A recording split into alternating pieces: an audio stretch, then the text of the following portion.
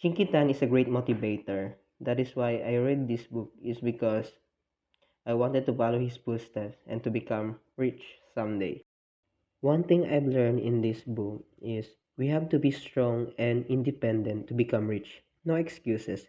We have to face every obstacle that we encounter because in life, the ones who fight every single day is the one who has a better chances to become rich.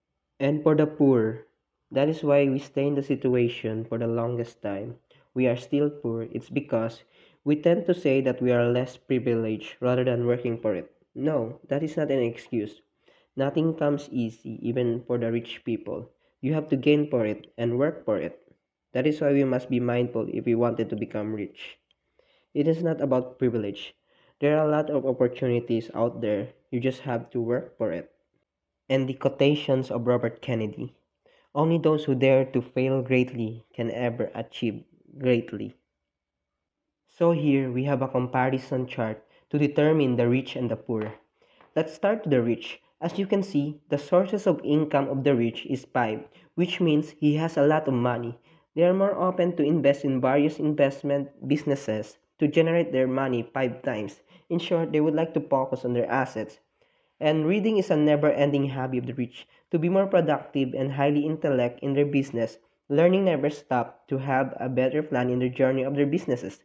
And they don't often watch television because it is just a waste of time. Imagine if you would spend the whole morning and afternoon. That's a lot of opportunity that you miss. And excuses is not for the rich. It is all about determination and perseverance to earn. And you must be patient enough with a mindful decision making.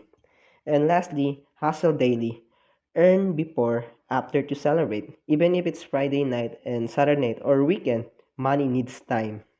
And for the poor, every average poor people has a stable job to sustain their everyday life. That's their source of income. What makes them poor, they are more open to spend their money through liabilities. They just go around buying expensive stuff, partying in the clubs, impulsive alcoholic drinking. The exceeding amount of money goes out. When the bills came around, by the end of the month, their money goes to zero because they don't go for assets. Liabilities is killing them. That is why they get poor. And that is why they can read daily because of their vices. They always feel laziness and sleepy to read because last night, parties in the club and drinking in the end, they felt hangover. While they felt hangover, they keep watching TV oftentimes because of the hangover. They just keep on chilling and resting while the rich keeps on earning. And and the poor makes excuses. They would say that the thing is not for them rather than to try.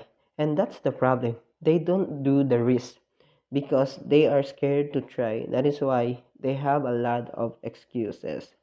And the poor loves to celebrate every Friday nights or Saturday nights. They don't value time to make profit. Why would you celebrate small victories when you can celebrate the biggest party ever? That's the difference between the rich and the poor.